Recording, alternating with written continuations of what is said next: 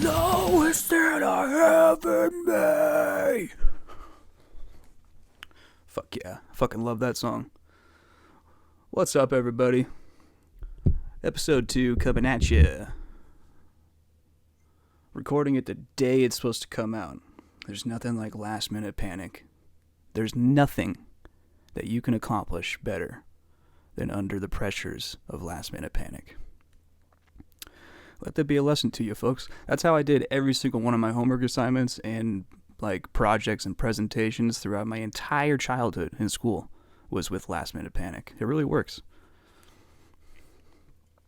You'll never see a nicer poster board to show off to a class. It's more organized than a last minute panic poster board.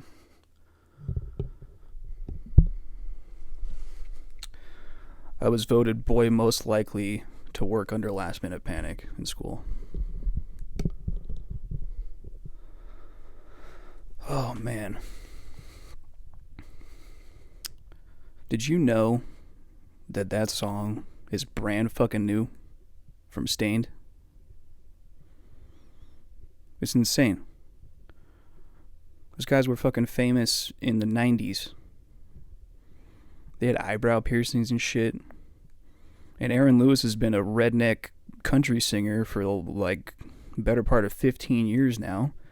And then all of a sudden I see a little notification from Apple a couple months ago, and they were like, hey, you want to check out this album? Maybe pre-order it? It's from Stained. And I was like, what? And they had one single out, which was the song that you just heard, and I was sold. I was like, that sounds like a Stained song from the 90s that I'd never heard before, that I just discovered. It's so good. That whole album is a fucking banger. It slaps. Oh. Good fucking song. So, over the week, while I was working out of town in some Central Valley shithole right outside of the Bay Area,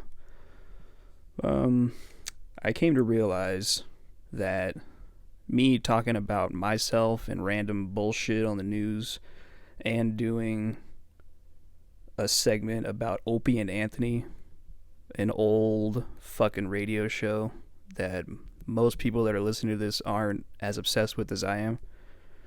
And I want to talk about UFC and MMA too, because I'm obsessed with that. That's my sport, mixed martial arts. I don't watch football or baseball, really, basketball. I'll watch golf. I know 90% of my audience just rolled their eyes when I said that.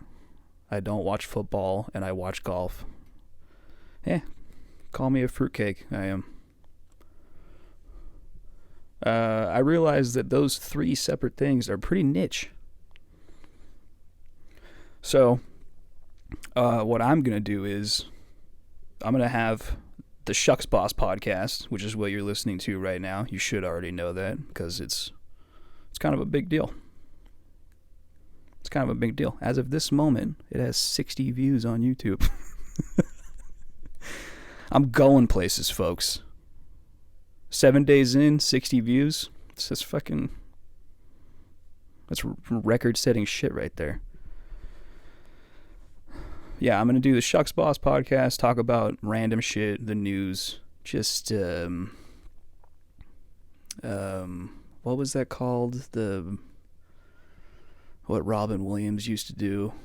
He never had a set, like, never had jokes written. It was the stream of consciousness. Yes, that's how the ShucksBoss show is going to be. Me talking shit, reading the news a little bit, complaining, saying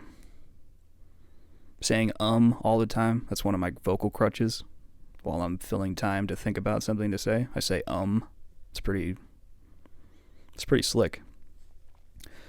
And then I'm gonna have another show where it's probably not even gonna be a show. It's probably just gonna be videos that I post on this page, where I break down Opie and Anthony clips, like I was talking about last week on the last episode. If you haven't checked that out and you're watching this, I don't know what's wrong with you. You should go watch that right now and then come back. Hey, welcome back to episode 2. How was the first episode? It's pretty stupid, huh? Did I just waste an hour and 22 minutes of your time? Yes, I did. And I'm also going to have an MMA show where I mostly talk about UFC, but I don't want to just restrict myself to UFC because there's a lot more going on in the world of mixed martial arts than just UFC. But it'll probably just mostly be UFC. Talk a little bit about kickboxing or Muay Thai, jiu-jitsu tournaments. I just saw a pretty dope karate tournament, even though anybody that knows me knows that I think karate is pretty stupid. I forget who said it. It was a UFC fighter recently, within the last year, put out a quote on, it was on Twitter. They were quoted on Twitter.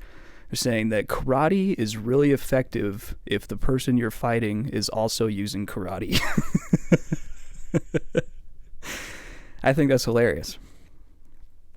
It's fucking funny. Remember when I was growing up, before UFC was big, before jiu-jitsu was super big in America like it is right now, most people didn't even know what the fuck Muay Thai was back then. The Art of the Eight Limbs, people look it up. It's the most violent form of fighting that I could think of.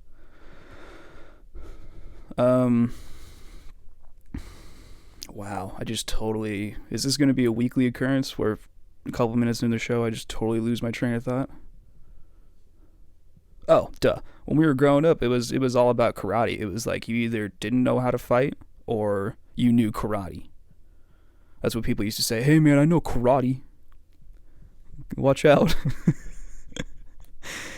And then there was like a turning point, like 10 years ago, where all of a sudden it was like jiu-jitsu is just taken over the fucking world. Brazilian jiu-jitsu guys, there's videos of them going to fight karate dudes, and the karate guys just get tackled right away. They can't. Karate's all about creating distance between you and your opponent. It's all about fucking like hammering a bunch of attacks at them and then running away, like getting yourself out of situations. It's a self-defense technique.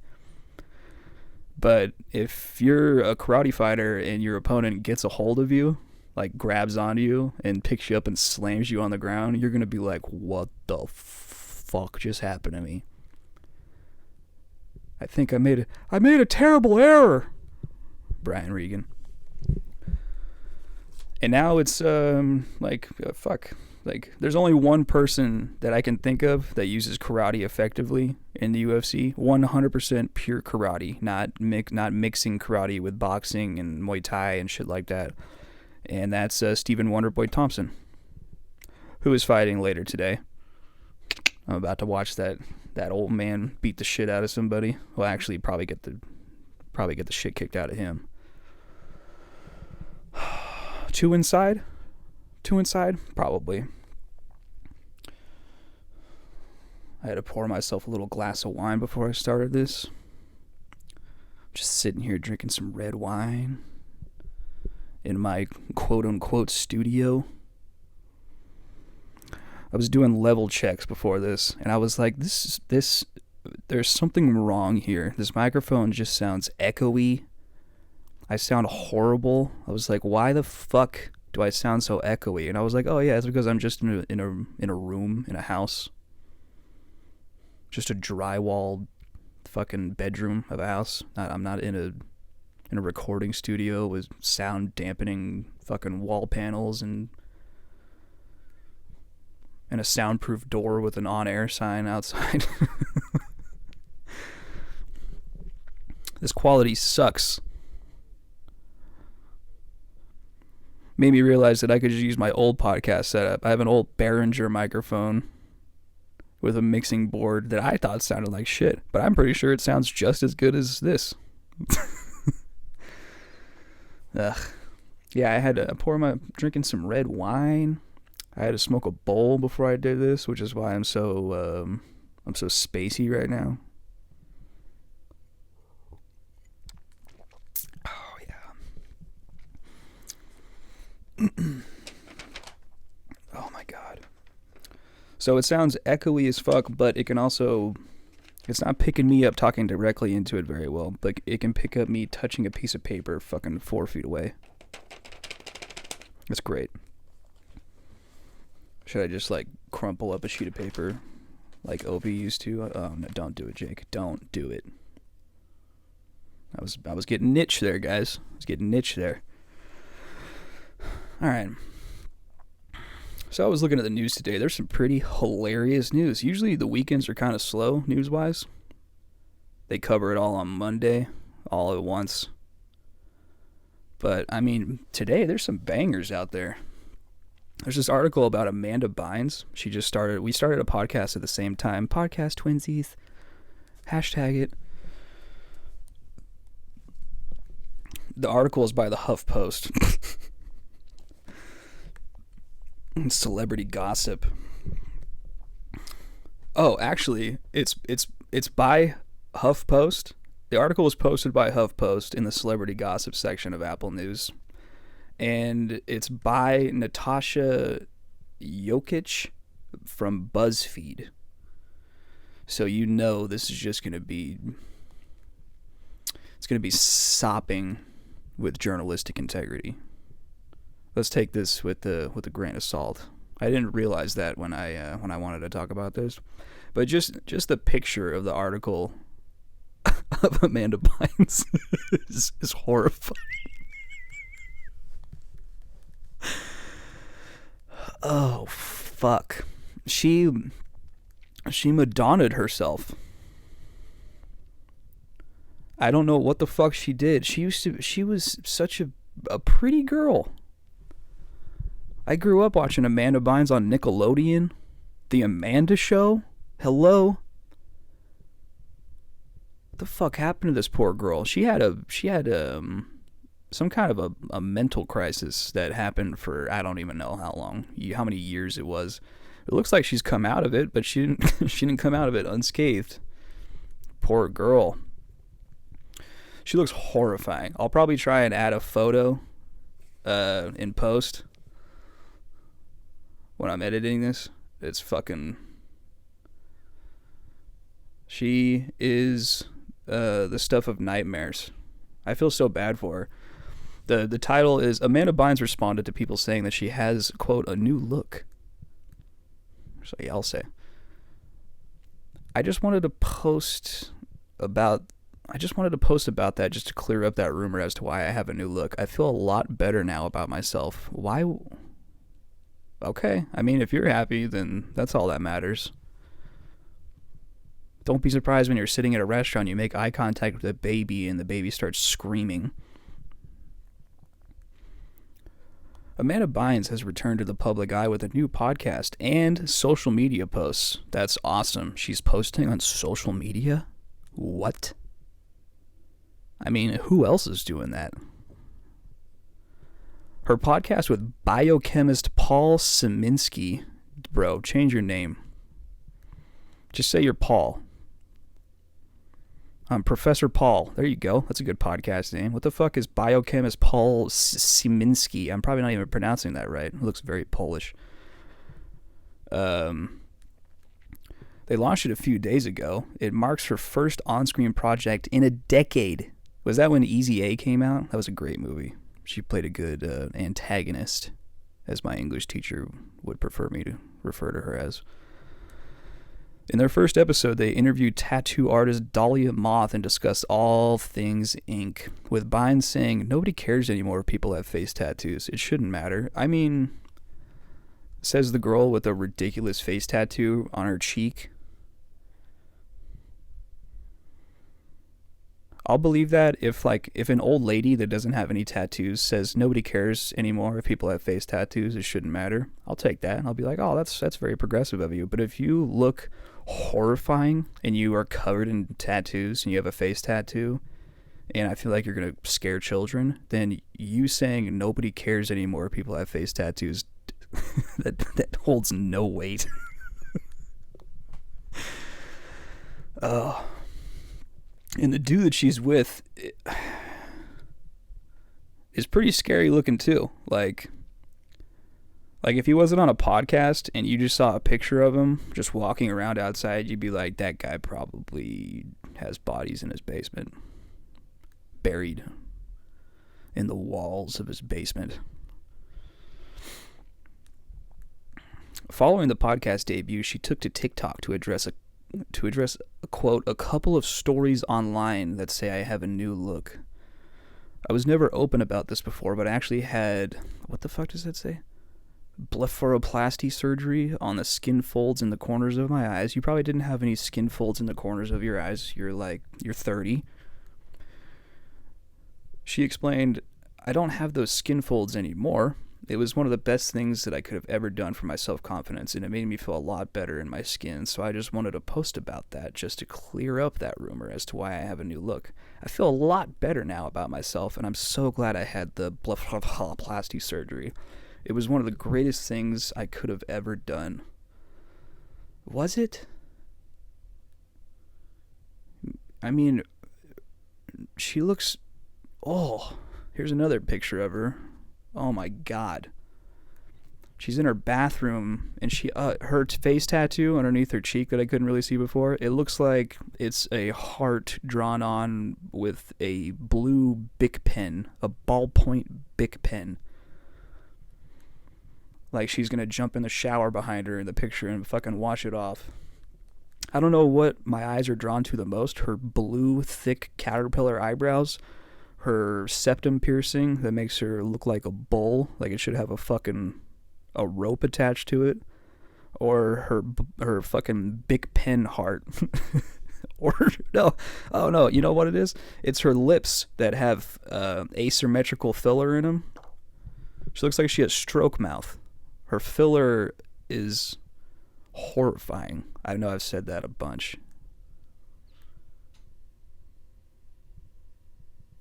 It's like Nicole Kidman mouth.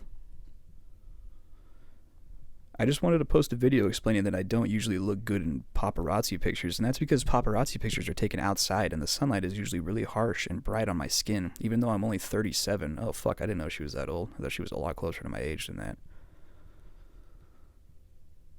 So she's 37. She's almost 10 years older than me. What the fuck? I just had my mind blown. Wow.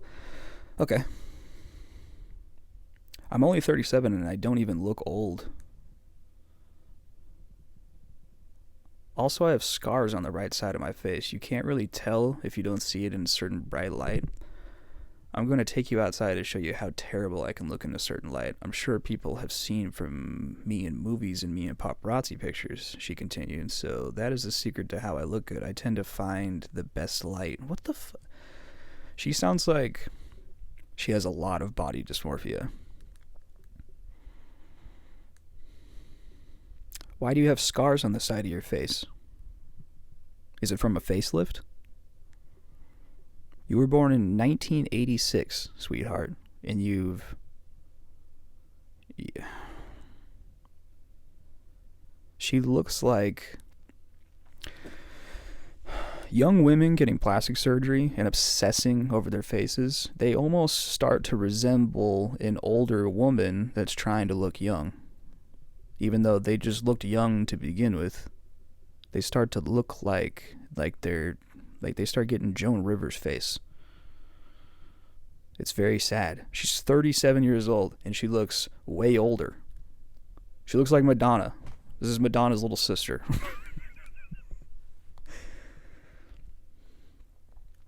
Oh, and oh my god. And the news ends the article with her response. Oh, shut up.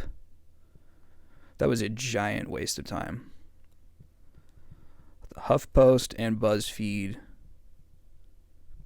can blow me. I hate BuzzFeed with a passion. I like news. I like learning stuff. You can learn more from TMZ than you can from BuzzFeed. Alright, let's check that off the list. Amanda Bynes article. We're moving on, folks. Alright. The next article that I saw is from the Lad Bible, which is a shitty British magazine. I hate British people. I'm 60% British and Irish or some shit, but I'm a self-loathing English person. Fucking redcoats. Lobster backs. The title of the article is, it's not the biggest, quote, the longest penis sizes around the world according to 2023 data. I like it. They don't say it's the biggest dick sizes. It's the longest. Yesterday, we told you how long the average man lasts in bed, and the results may not have been what many blokes were hoping to hear. Oh my god. They're including that vernacular in their fucking news articles. The average man will make it about 5.5 minutes between the sheets. What? Which is about half as long as they last.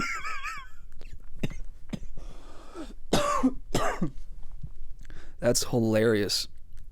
The average dude hopes to last 11 minutes in bed, and they can only do half that? That's depressing. That's very sad. I don't think the only time I've ever fucked like faster than 11 minutes was when I was losing my virginity. And it was when I was just being a selfish piece of shit and I didn't give a fuck about my partner getting off. That's so fucking funny. 11 minutes and they only last 5.5. Oh, when it comes to length in the bedroom, there's another discussion being had which really puts the long and schlong. Ooh, good joke there. In addition to being concerned about the length of their intimacy, some men are also concerned about the length of their implement. Ugh, I hate that word. Don't ever say that. Fortunately for those who want to know if their ding-dong is sufficiently long, I fucking hate the Lad Bible. Why do I subscribe to this? So I can get articles about dicks written in obviously British language? Yes, that's why.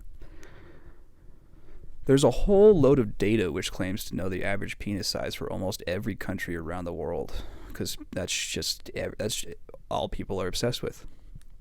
According to the World Population Review, the average man's erect penis was between 5.1 inches and 5.5 inches. Wow, so whether you're a grower or a shower, you'll probably be somewhere in that area. Seriously?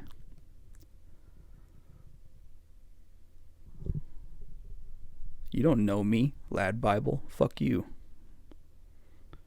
The size of your wang also doesn't correlate with other factors such as fertility or the average number of sexual partners. So if you're a world-class stud muffin, it's because of your other qualities and not because of what's between your legs. Ain't that the truth? In a global sense, British bangers were slightly above average at 5.63 inches. But in Europe, the most well-endowed were the Dutch. It turns out that the nether regions of the... Oh my god. Oh, I can't even finish this sentence without cringing. Okay, let's see if I can do it. In all seriousness, folks, it turns out that the nether regions of the Netherlands are on average the biggest in Europe at 6.14 inches. Elsewhere in the world, the biggest dingalings were... Oh, fuck. Okay, I gotta stop reacting to every single thing. Elsewhere in the world, the biggest dingalings were supposedly found in the African country of Sudan, with the average being 7 inches. What? That's it? Closely followed by an average length of 7.06 inches. That's pretty... They're 0.01 inches off between the Sudan and the Democratic Republic of the Congo. As for the smallest average size, oh yes, this is where we're getting good here. Over on the other side of the world, from Africa, whatever, it's Thailand, with a reported penis average of, 3.71 inches. Fuck. That's so sad. Oh, damn. The average fucking dick in Thailand. It's not even 3 3/4 of an inch. It's less than that. Slightly less. 3.71 inches. Oh. That's horrible. I guarantee that's where the most sexually deprived women come from. I guarantee. Just because of that statistic alone. The picture they show somebody holding a tape measure up to a fucking banana. So stupid. Data on penis size is notoriously inaccurate as many men misreport the dimensions of their members. So these numbers are exaggerated. It's probably much, much smaller than that. That is so fucking depressing. However, as they note, this data is notoriously prone to being wrong because penis size surveys tend to rely on self-reported data, and trusting a bloke to be completely honest about the length of his member can be a bit of a fool's errand. Love. Pop it. On top of that, the survey pointed out that such surveys suffer from volunteer bias, where men with more sizable sausages are more likely to volunteer the information and sign up to participate. I'm so sick of fucking... Yeah. You could probably guess that. I might unsubscribe from the Loud Bible. I'm not paying for it. I just follow their posts because they just give me gold. Oh, the next one I saw was Kareem Abdul-Jabbar breaks his hip in a fall at an LA concert. Poor Kareem. That's just sad. The guy held records in the NBA. I think he still has some records too, but he had like 40-year records. They lasted like 40 years, and I think LeBron James just fucking broke some or some shit like that. The guy's a legend. He beat up Bruce Lee. Almost. Bruce got him in the end, but he was kicking his ass. His little fucking cocky ass for a minute there. That's a good movie. You should watch it.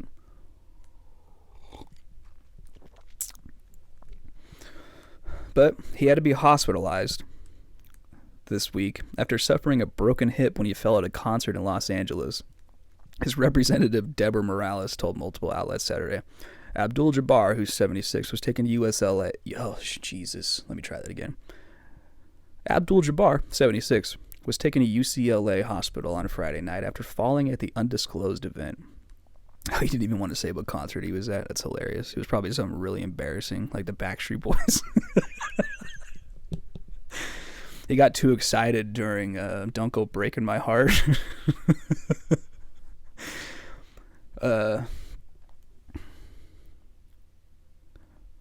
Morales said Abdul-Jabbar was deeply appreciative of the Los Angeles Fire Department, who brought 3 squad cars full of firefighters to carry his giant frame out of the fucking concert venue. The dude's a giant.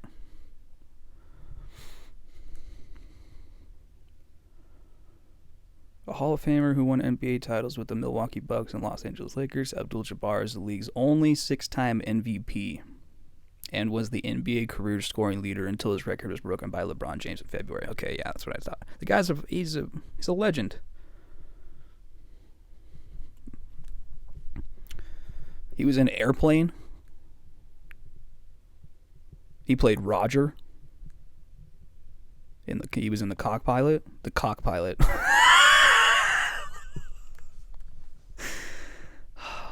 I've only had a half a glass of wine. I swear to drunk, I'm not God. He was in the cockpit. He was pretending to be a guy named Roger, except a little kid called him out and was like, "Hey, you're Kareem Abdul-Jabbar." And he was like, "Shut up, kid." It's one of the best movies ever. So fucking good. What am I looking at next? Oh my God. Go to Google right now as you're listening to this. Pull out your phones. I'll wait. No, I'm just kidding. Go to Google and type in Sand Striker, the glittering bobbit worm. And look at this nightmare. They reach up to 10 feet long. They have razor-sharp jaws that they use to catch unsuspecting fish and can split into bits to regenerate. Its jaws are so sharp and so strong that they just chop fish in half. And if you cut them in half, like earthworms, they just become two separate entities. That is horrifying. It lives in tropical shallow waters around the world. You know, the best places to swim in the ocean. It eats fish and other invertebrates. And I bet it would go after some vertebrates if they offered themselves up. Why it is awesome. With its scientific name referencing Aphrodite. Oh, its scientific name is Eunice Aphroditois. Aphroditois. I really can't pronounce Greek and Latin shit mixed together. The Greek, it's referencing Aphrodite, the Greek goddess of love and beauty. The sand striker is a stunning glittering marine worm and a terrifying ambush predator. It buries its long body in the seafloor during the day and waits with its antenna out to lure unsuspecting prey into its retractable jaws, which feature two pairs of serrated plates that act like scissors and can snap a fish in half. Sand strikers have little to no vision, but their 5 antennae use light and chemical receptors to sense nearby prey and strike before going back to its burrow with its meal. At night, it is bolder and goes on the hunt, partially emerging from its burrow to lunge at passing prey. Oh, can you imagine? Okay, night diving is already a terrifying concept. People really freaks people out. Just not having that visibility in the ocean. You want to be able to see a giant fish swimming at you from like 500 feet away. You want to be like, oh, yep, there's a shark right there. I'm probably going to die in about 5 seconds. But you don't want to just be diving around and see like 5 feet in front of you with a flashlight, and then all of a sudden something giant swims in front of the light. That's horrifying to think about. Picture getting close to the seafloor, though, on a night dive, and there are these things with alien-like jaws sticking up like 3 feet out of the sand, snapping at shit that's swimming by. Ugh. As if that weren't scary enough, the sand striker may also use toxins to subdue or kill its prey. This toxin allows the sand striker to prey on and digest animals larger than itself. It's 10 feet long. The fish don't always go without a fight, though. They have been recorded mobbing a sand striker, blowing jets of water at the worm until it retreats into its burrow, allowing them to forage safely. Oh, that's kind of cool. Fish just show up and are like, they just spray them with hoses, basically. Get out of here! The sand striker can cause chaos in aquariums if it's accidentally introduced while rock is being added to a tank. Oh my god. As a predator, it will gradually munch its way through any captive fish, managing to remain undetected for years thanks to its impressive hiding ability. You could have one of these in your saltwater tank for years and not even know. You're just like, why are all my fish disappearing? Where are they going? That's horrifying.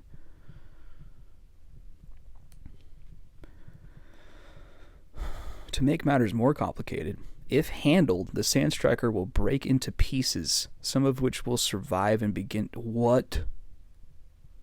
If it's handled by people, the sand striker breaks into pieces. This creepy predator can reach incredible lengths. One individual found hidden within a float of a mooring raft in Japan in 2009 measured almost 10 feet. There's a common misconception that the sand striker doesn't have a brain, but in reality it does. It's just very different to a human brain. They have a cerebral ganglion, a cluster of cells within the autonomic nervous system. For many years, this worm had been informally named the Bobbitt worm, thanks to the highly publicized trial of Lorena Bobbitt, who was found not guilty by reason of temporary insanity of cutting off her husband's penis with a knife. That's a pretty good story, too. You should look that up. Oh, that's the end of the article. That was very sudden. Okay. In summation, this article is done. It's over. That was good. Sand striker. Stuff of nightmares.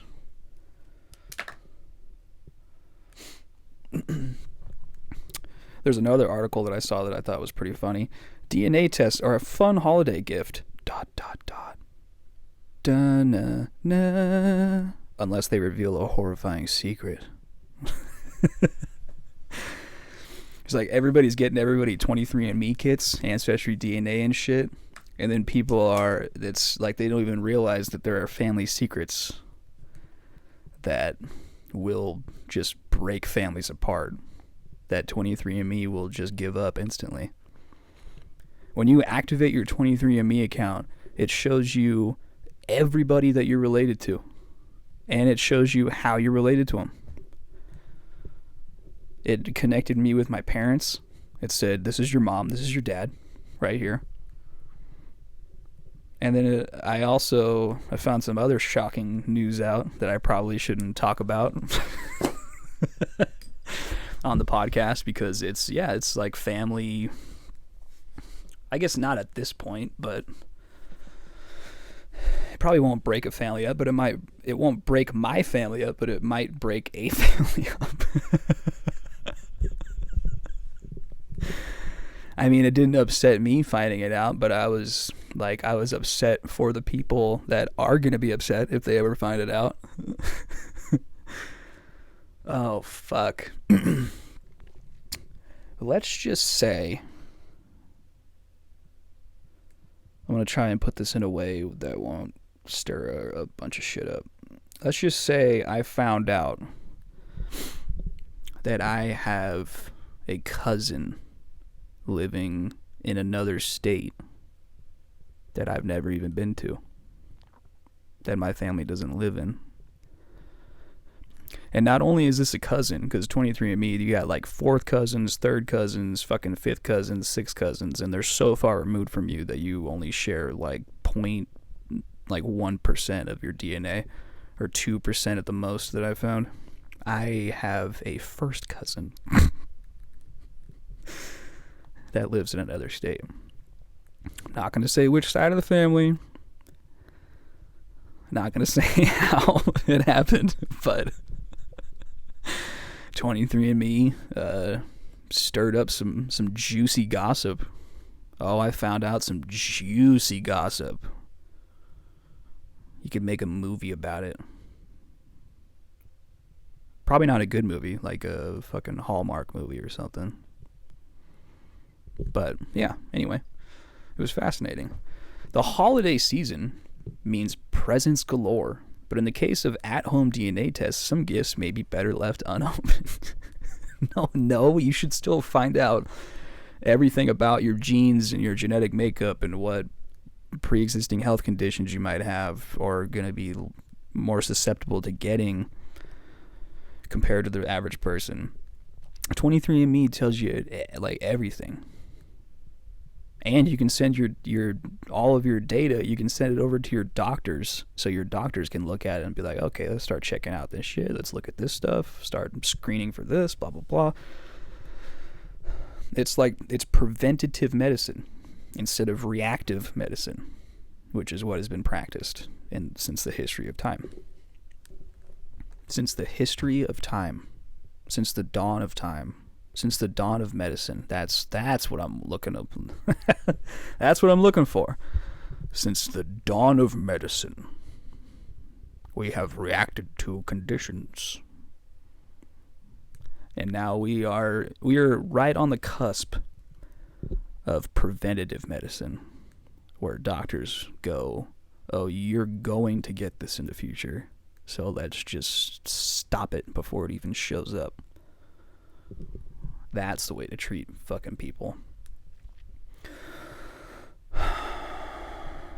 As experts told USA Today, the prevalence of self-serve DNA testing has made it much more likely that people discover painful family secrets. For instance, that one or both of your parents are not your genetic relatives upon getting their results. I've heard a lot of stories about that on podcasts and shit. People get 23andMe and find out that they're like 40 and they find out that their parents aren't their parents. Yeah, that's pretty crazy. I think that's I don't really know how I would feel about that, because my parents are definitely my parents. I don't know how I would feel about that though, if I found out that they weren't my parents after all this time. That'd be pretty shocking, I imagine, but I don't think I would hold it against them. I think it's a kind of a parent's right, whether or not they like they are your parents. Like, they raised you, they created your personality, pretty much how you treat the world. Who gives a fuck if you're not genetically related to them? They should let you know that, though, in my opinion, because your genes directly affect your medical conditions in the future. Like, everything that could go wrong with your body, it's like your genes kind of create those issues. They have variants. And you know, if you grow up hearing about your parents' families and how they have, like, you know, heart conditions or blah blah blah, and you just automatically assume that you're gonna have a heart condition, but you might not. You could have some kind of a nerve, like a I don't even know what I'm trying to say. Like, so you could have a neurological disorder that you don't know about. You could be more likely to get schizophrenia when you're 35, and you should definitely prepare for that. So I think there's a gray area that it's hard. It's a very difficult subject to talk about.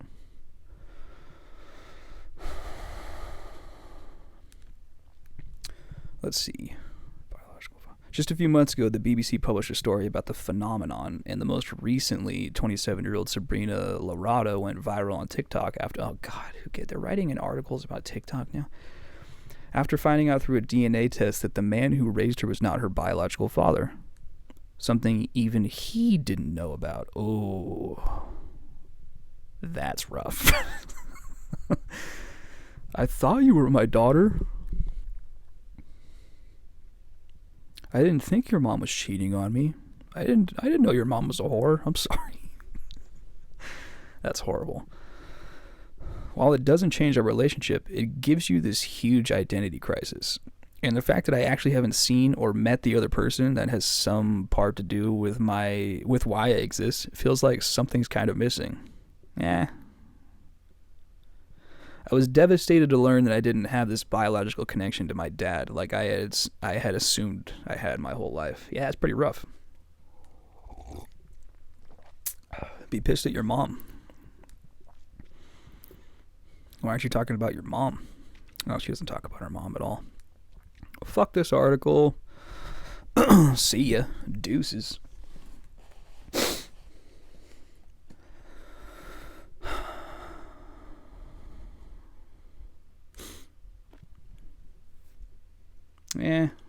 There's another article. It's a little political, by Amazon's The Washington Post. As Donald Trump would call him. That guy's got good jokes.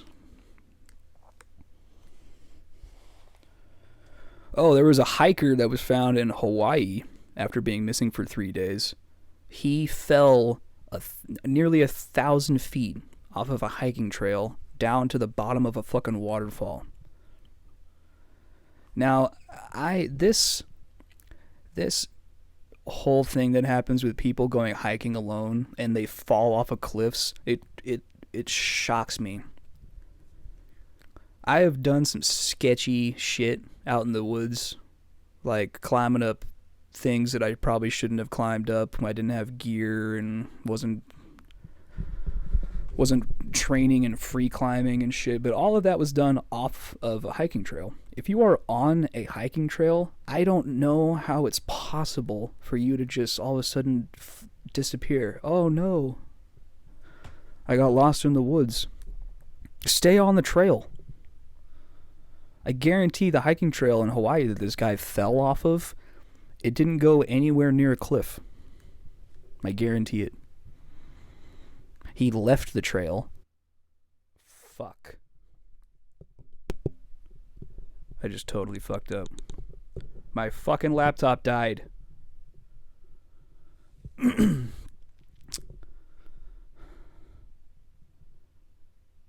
almost got a whole episode in. My fucking laptop died. God damn it. Well, I'm back, everybody. Oh. That was very frustrating. See, in the podcast world, when something like that happens, you're supposed to just start over. You just completely start the show over. Pretend like the first one never happened. Like when you're in the court of law and they're like, strike that from the record. And then everyone that heard the thing that was said has to pretend like they didn't hear it was said. It's so stupid. I was fucking 45 minutes in, some shit like that. I'm not going to start the whole episode over. I'm not doing that. I guess I'll just splice in 2 fucking separate audio tracks. 2 takes on 1 episode. I can't believe that just happened. I'm so glad I'm watching a UFC pay-per-view later. I'm just going to take a little tiny sip of my wine here.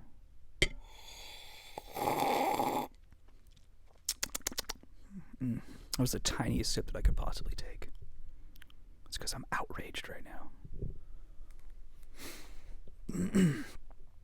God damn. That just totally... I had a good flow going. Ugh. I really need a producer. I was in the middle of something, and, I'm not going to be checking my laptop battery.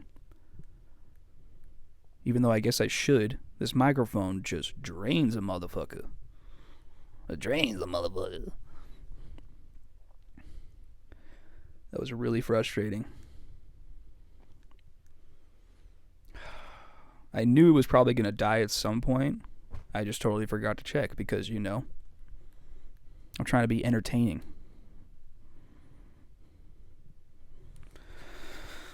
I'm shaking my head. You can't see me, but I'm shaking my head right now. And I have my face in my hand. Just face palm, but a gentle face palm. Just a disappointed, gentle face palm. I'm done talking about the news. Fuck you, you stupid. The guy was from California, too, that was hiking in Hawaii. Fucking California and hiking alone on a hiking trail and just magically falls off of a fucking cliff.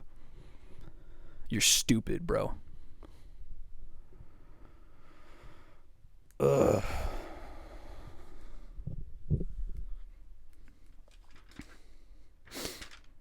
God damn.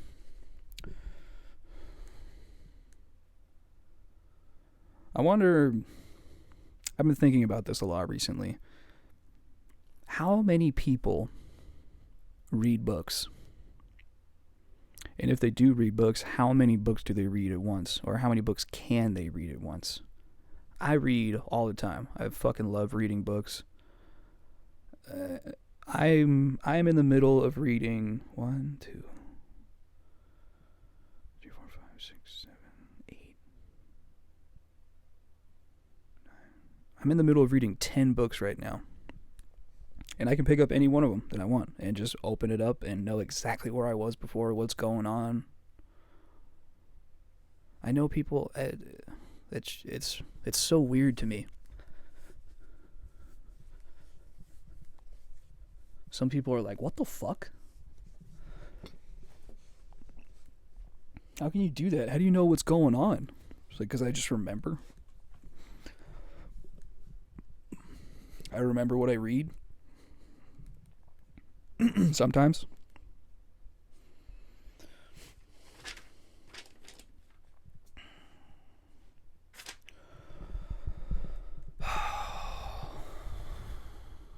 Fucking Take-Two. That's so... Are you just gonna keep spilling the same fucking thing over and over again? That's so frustrating. Have another tiny sip of wine.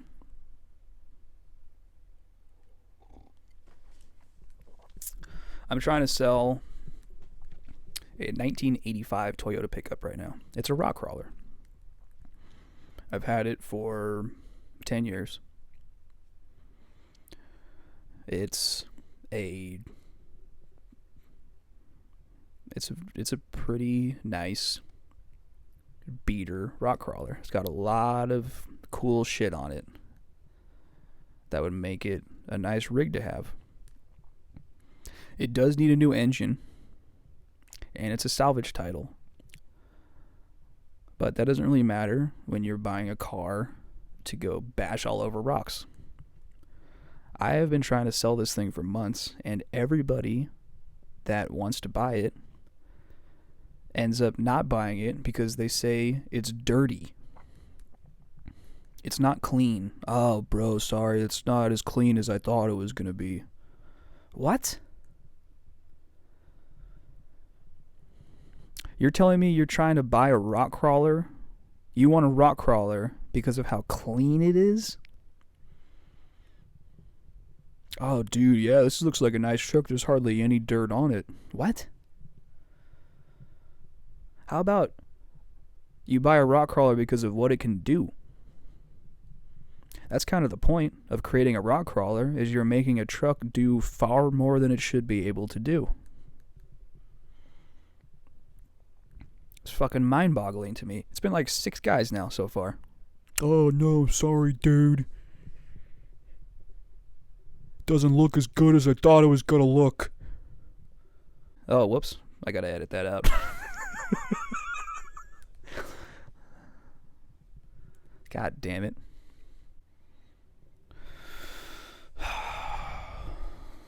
I'm trying to think about how I'm gonna edit that out in the middle of my podcast. I'm learning as I go, folks. I'm learning as I go.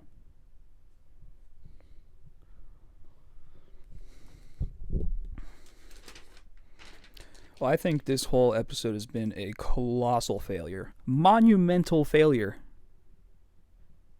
And I apologize. You guys deserve better than this. And I am better than this, I promise. But my laptop battery isn't. And my editing prowess on that laptop isn't. Fuck.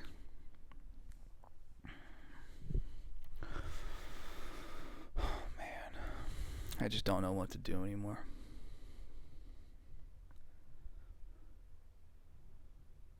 Anybody out there? They want to volunteer your services. I think I could afford to pay you federal minimum wage to edit my shit. It's righteous bucks. I need help.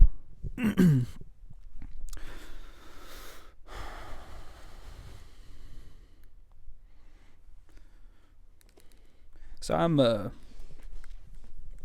bit of a cinephile. I always have been. I'm obsessed with movies. Movies had a profound effect on my makeup as a person. Most of the things I say are movie quotes. The way I say things. All of a sudden, I just get I just totally lose my California accent and get a Bostonian accent. I'm probably quoting a movie and not even realizing it in the moment. So Apple, I have Apple everything. I got Apple TV, MacBook, iPhone, blah, blah, blah. That's how I watch my movies. That's where I own all my movies pretty much. They have a section in the iTunes store where they have sales for movies that are $4.99.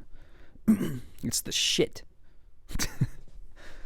I just scroll through the $4.99 section, and then when I find a movie from my childhood that I loved, that inspired me in some way, I buy it. $5. Why not? And whenever I talk about movies and I'm like, oh, this is one of my best, I easily put this in my this is in my top 10. I realize that I have I now have like 80 movies in my library that had a profound effect on me that I used to say was in my top 10. Fuck, dude. It's a lot of fucking movies. Eventually I'm going to have to start saying this is in my top 500. Which just doesn't have the same impact. If you're like, oh, this is such a good movie, I put it in my top 500. What?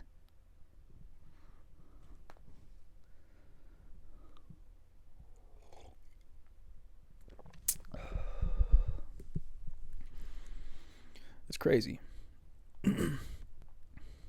I just counted the other day too. I was like, wait, this looks like it's a lot more than 10. I just went through and counted everything, and I was like, whoa.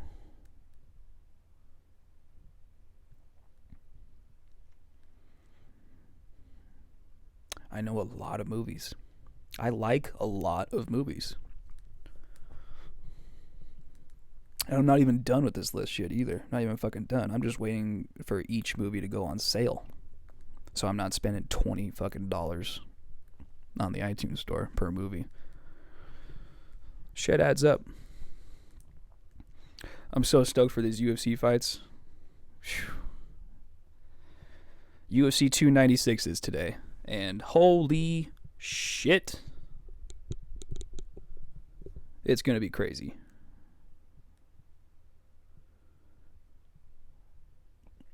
It's going to be fucking crazy.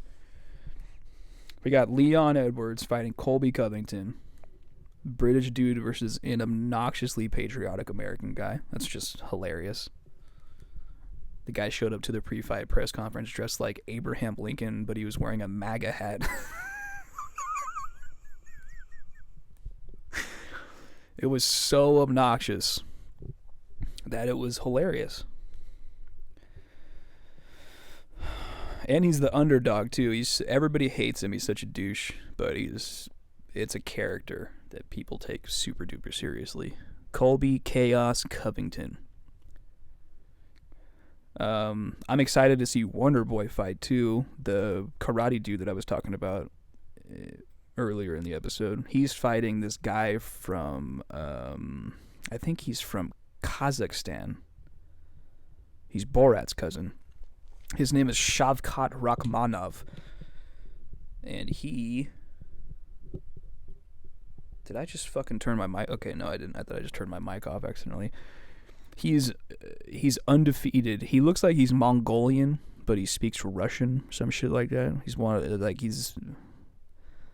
Those Stany countries, they get pretty interesting with their genetic makeups. He's undefeated. He is a very nice guy. So is Wonder Boy. They were just all smiles and respect for each other. He's the odds are minus 625 in his favor, and Wonder Boy is plus 455 as the underdog. I'm pretty sure Wonder Boy's gonna get fucking destroyed. Like I said before, that Shavkat Rakhmonov is a wrestler. He's a true MMA artist. He can punch really hard. He can wrestle really well. Stephen Wonderboy Thompson is a karate fighter. So he's really good at kicking. And he's really good at moving fast.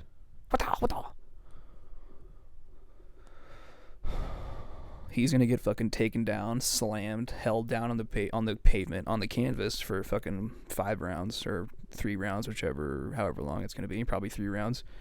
He's gonna lose. I feel bad for him. He's an old man. He deserves to put on a good show. It's not looking good for him though. That would be cool if Shavkat realizes this is gonna get me more famous if I stand and bang with Wonder Boy the entire time. Hopefully he does it. That would be very entertaining. But if I was him, I would just fucking pick the karate guy up and slam him on his fucking head and walk away. Leave the cage. We also have Tony Ferguson, El Cucuy, which is the boogeyman in Spanish. He's fighting Paddy the Batty Pimblett from Liverpool. who is a douchebag. He thinks that he can take any punch from any man on the planet and never get knocked out. He thinks that there's nobody alive that can knock him unconscious, which is just horse shit coming from a guy that weighs 155 pounds or whatever. And we also have this conspiracy theorist, Oklahoma redneck rapper wannabe dude named Thug Nasty. He's Bryce Mitchell. He thinks the earth is flat, and he seems to be a very disturbed individual. He's fighting this local dude from California named Josh Emmett. The guy's a fucking badass. That's gonna be really fucking good. I'm not even that excited for the main event with Leon Edwards and Colby Covington. I'm pretty much buying the pay-per-view today so I could watch the last 3 fights that I talked about. Wonderboy versus Shavkat, Tony Ferguson versus Paddy the Baddy, and Josh Emmett versus Thug Nasty. I want to see these guys fucking... I want to see Paddy the Baddy lose, and I want to see Thug Nasty lose. Badly. And I'm willing to pay $80 to watch that happen.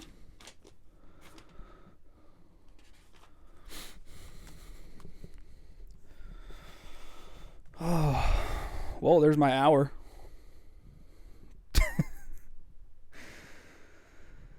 There's another hour of complete horse shit.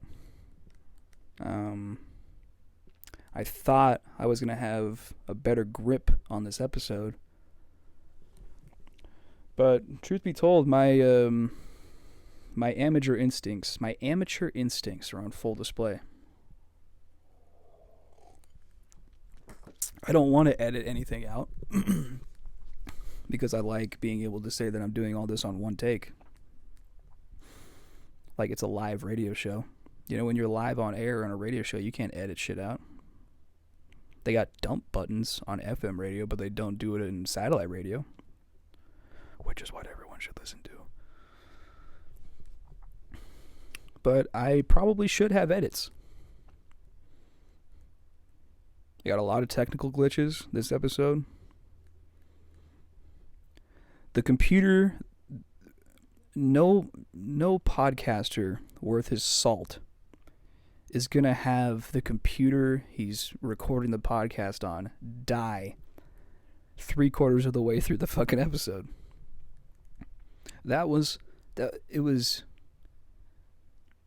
It's disturbing to me. I have no words. I'm very disappointed in myself. That's all I have to say. And if I were you listening to this right now, I would be disappointed in me too. I'd be like, Jake, you really dropped the ball. You promised us a good show. The first episode was rough. We dealt with it. We tolerated it. And you promised us a better show. The second episode, you said it was going to happen. And look where you are now. You recorded an even shittier episode than the first one.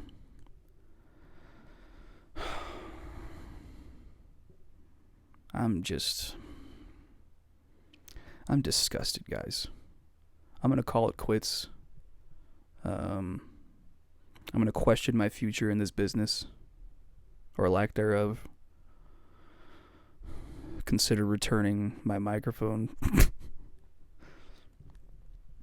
If you're listening to this right now and you enjoy it, please like it. Please subscribe to my page. Maybe leave a comment to tell me that I'm okay. I'm not as bad as I say that I am. I deserve to be here. Oh my God. All right. That was horrible. That's what I'm going to name this episode. Hopefully I'll see you next week, guys. I'm so fucking sorry.